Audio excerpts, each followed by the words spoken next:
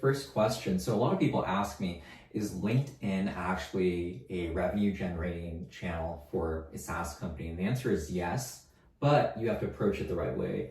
A lot of companies have false starts. All they do is they post a couple of times, they post on their company account, and that's not really going to work. You want to really start thinking about LinkedIn as a demand generation channel. You want to figure out, how do I identify what's going to resonate with my audience, what's going to change their view of the world, help them uncover their problems so that you create that demand for your product. I think if you execute on this appropriately, you could actually turn LinkedIn into a very successful channel. Lots of companies have done it before: Gong, Apollo, newer companies like Hockey Stack, us at Letterdrop, Lavender. Very possible, and I do think that this is the future of go-to-market, using your own employees, using actual people to inform your customers, change their mind on how they should be thinking about going about their jobs, and eventually becoming a customer of your product. So let's say you're now committed to actually trying to make LinkedIn work for you as a channel. Instead of going super broad and trying to get your entire company bought in all at once, what I'd recommend is just doing it solo. You'd be surprised by what one person can do in terms of turning LinkedIn into a pipeline generating channel. I started with probably 1,500, 2,000 followers and blew up to well over 7,000 followers over the course of 6 months, got over 1 million impressions, and I've turned LinkedIn into our primary pipeline generating channel, mostly my LinkedIn. And the key behind it was just like consistently showing up every day. How would you go about doing that? The first thing is understanding that your LinkedIn is actually a sales page.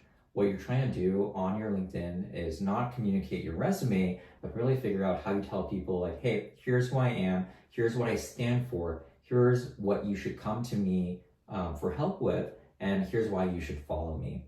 And you want to think about your LinkedIn sales page as essentially something that's going to convert to a website visit and eventually a demo. And we have a great guide on how you're going to set that up. Just follow the steps, make sure you have a great profile picture, great cover photo, and all the right stuff, all the CTAs. You're just really leveraging LinkedIn Creator Mode. Once you have a great LinkedIn profile, the second thing is actually figuring out, how are you going to build an audience on LinkedIn?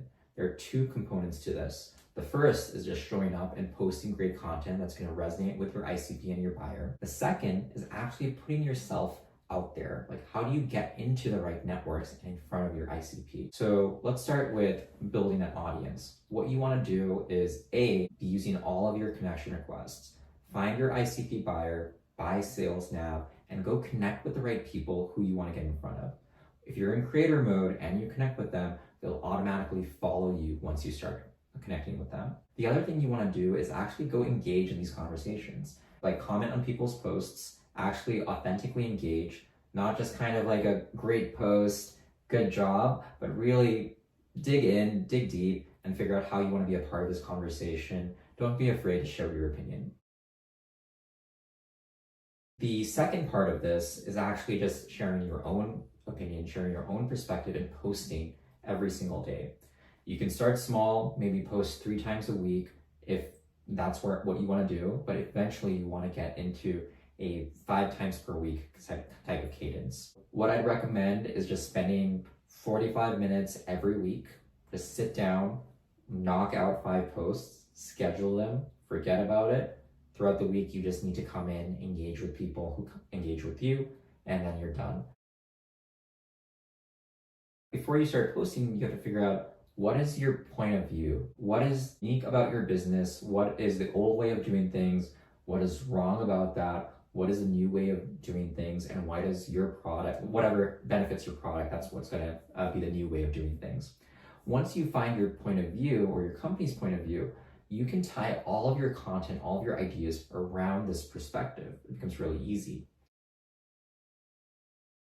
I think a lot of people struggle with this. You can get ideas from just like day-to-day conversations, talking to your boss, talking to your customers, just figuring out the questions that they're asking you and kind of going from there. The other way in which you can figure out what to write about is by repurposing other content from other people. Follow a lot of influencers, figure out what they're saying, figure out what resonates, and then you just have to take those ideas and rewrite them in a way that is authentic to you and also kind of shares your perspective or whatever you're trying to say. So over the course of the week, you're looking to spend maybe 2-3 hours max on LinkedIn to turn it into a revenue generating channel.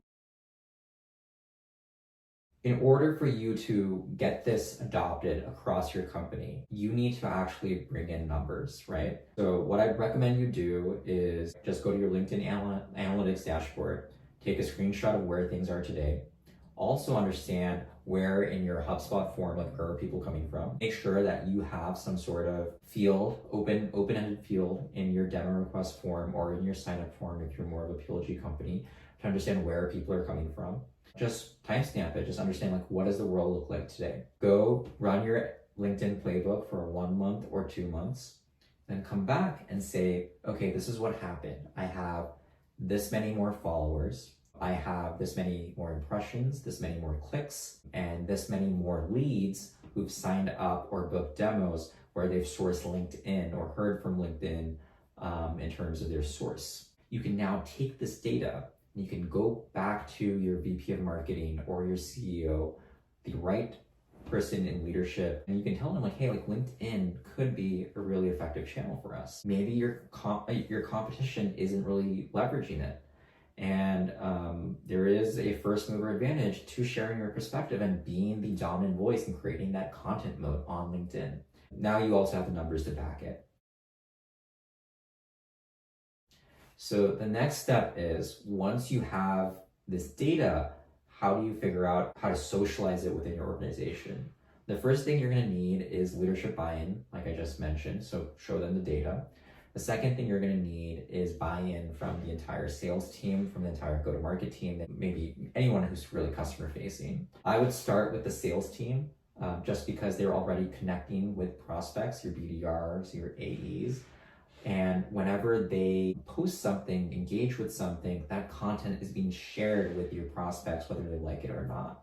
You want to essentially turn your sales team into these social selling machines so that they can start driving their own inbound, so that they can shorten their sales cycles. They can just make sure that you are top of mind for all of your customers. And so the way you're going to do that is actually help align what LinkedIn is going to do with their own personal goals. They probably have some sort of quotas that they need to hit.